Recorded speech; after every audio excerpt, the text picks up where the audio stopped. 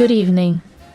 I am Clara Nightwell, and tonight I am here with Rowan Hartsteele. Tonight we are opening a story shaped by laughter, silence, and a long distance from home. Charlie Chaplin is remembered as one of the great figures of cinema. But behind the image there was a man whose life unfolded between brilliance and exile. So this is not only a story about film. No, it is a story about voice and silence.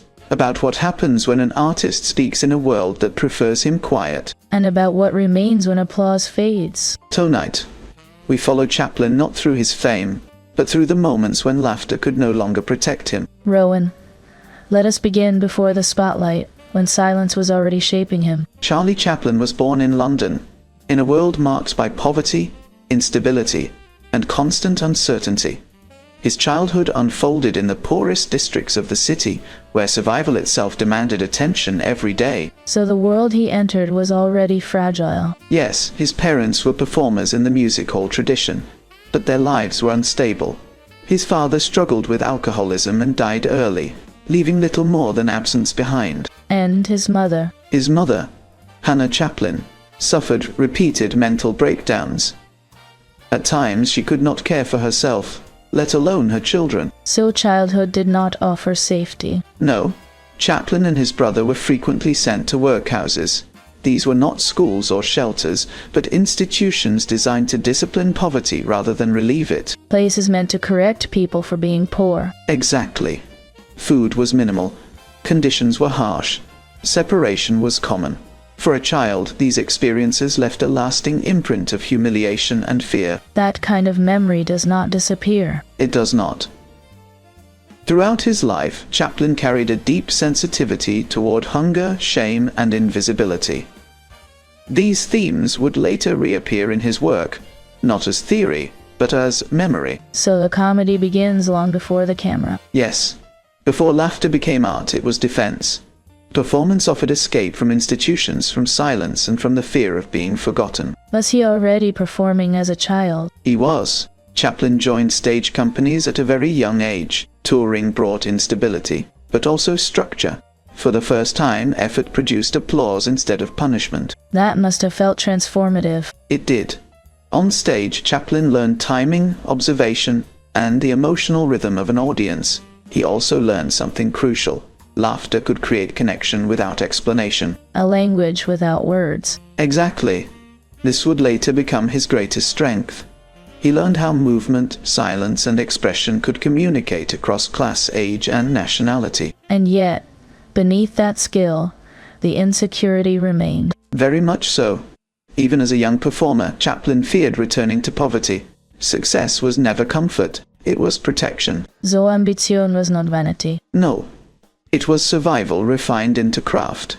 By the time he left England for the United States, he was not chasing fame. He was fleeing the memory of hunger. And that memory would follow him. Yes. Even when the world would later see wealth and success, Chaplin never stopped seeing the child who once waited for warmth, for food, and for a place that felt permanent. So the silence begins early. It does.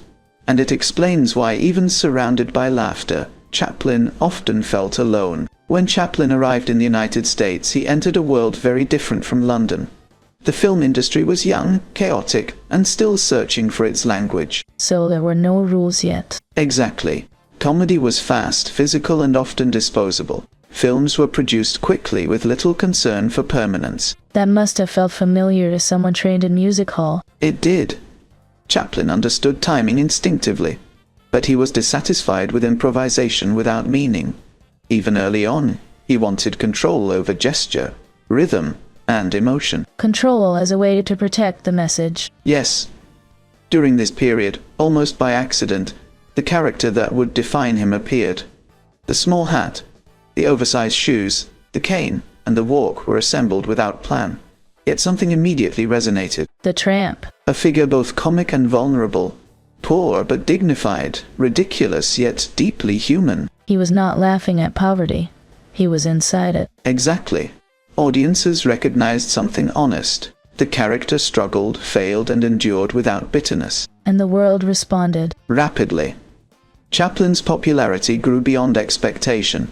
Within a short time, he became one of the most recognized faces on the planet. That kind of recognition must have been overwhelming. It was. Fame arrived faster than emotional preparation. Chaplin had escaped hunger, but not insecurity. So safety and exposure arrived together. Yes. And with fame came pressure. Studios demanded speed, repetition, predictability. Chaplin resisted this instinctively. Because repetition risks emptiness. He believed comedy should contain truth. He slowed production, reshot scenes obsessively, and insisted on emotional clarity. That must have created tension. It did. But success gave him leverage. Eventually, Chaplin achieved something rare: artistic independence within a commercial system. Freedom, at least on screen. Yes. Yet this freedom carried a cost. The tramp became inseparable from Chaplin himself. A mask that cannot be removed easily. The public expected kindness, innocence, and humor at all times. But the man behind the character was complex, controlling, and increasingly isolated. So success begins to divide him. Yes. The character that saved him from poverty slowly became the boundary between who he was and who the world allowed him to be. A form of quiet confinement. Exactly. And this tension would shape every decision that followed. As Chaplin's influence grew, he gained something almost unheard of in early Hollywood: complete creative control. That kind of power was rare for an artist. Extremely rare. He wrote, directed, edited, composed music, and supervised every detail. His films moved at his rhythm, not the industry's. Control as protection again. Yes, control allowed him to feel safe, but it also isolated him. Sets became tense. Collaborators struggled under perfectionism. Because nothing was ever finished easily. Scenes were repeated endlessly. Days extended into exhaustion.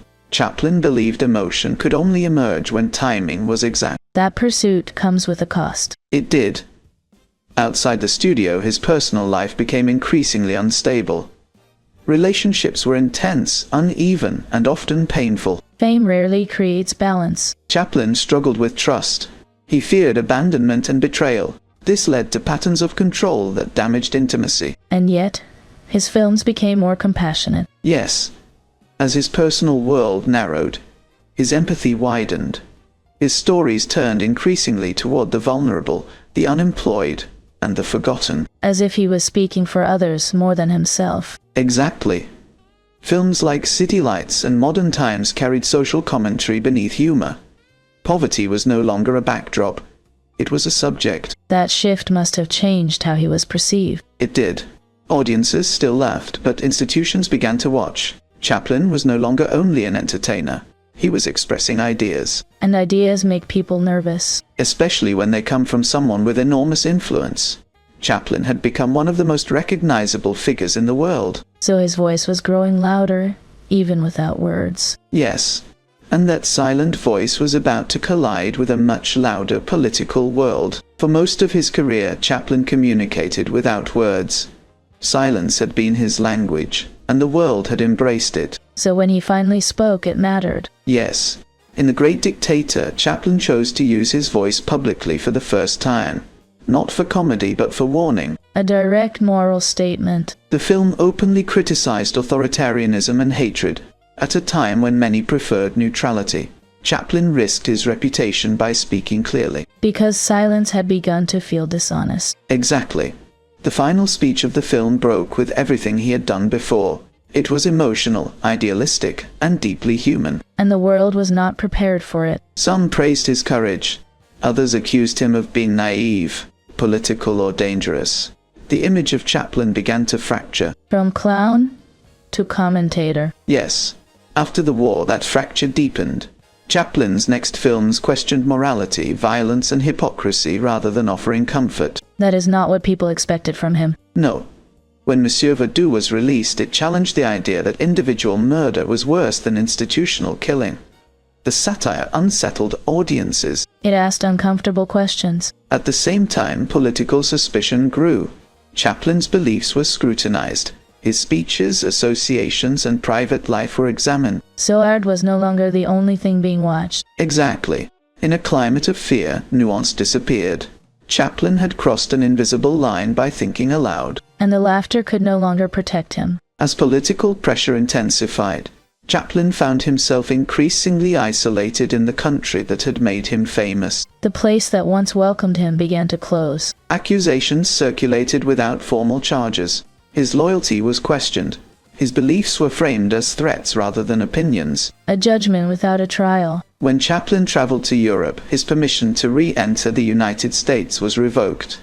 There was no courtroom moment, only a closed door. Exile delivered quietly. Chaplin chose not to fight publicly.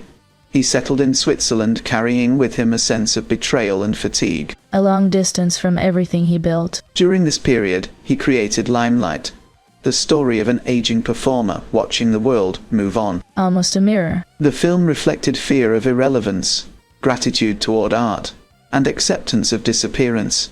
It was not a farewell announced, but one quietly written. And yet, it could not be seen where it mattered most. Limelight was not released in the United States for many years. The country that had celebrated Chaplin could no longer show his work. Silence enforced by distance. For Chaplin, exile was not dramatic. It was slow. It unfolded through absence rather than confrontation. The hardest kind of separation. Yes, he had not left America by choice, yet he would never fully return to it as home. Years passed in quiet distance. Chaplin aged far from the country that had defined his public life. Time creates perspective, but not always peace. As political climates softened, attitudes toward Chaplin slowly changed. What had once seemed dangerous began to look misunderstood. History learning to look again. When Chaplin returned to the United States to receive an honorary award, the moment carried weight beyond ceremony. Not celebration, recognition. The audience rose in prolonged applause. It was less about gratitude and more about acknowledgement. A kind of apology without words. Chaplin did not speak much that night. He did not need to. The silence carried enough meaning. After so many years of silence, sound was unnecessary. In his final years, Chaplin lived quietly with family, far from stages and cameras. No longer performing. Yet his work remained.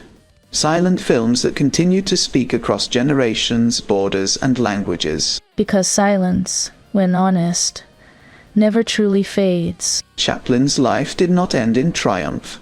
It ended in understanding. Before we reach the end of tonight's program, let's take a moment and welcome Margaret. Margaret.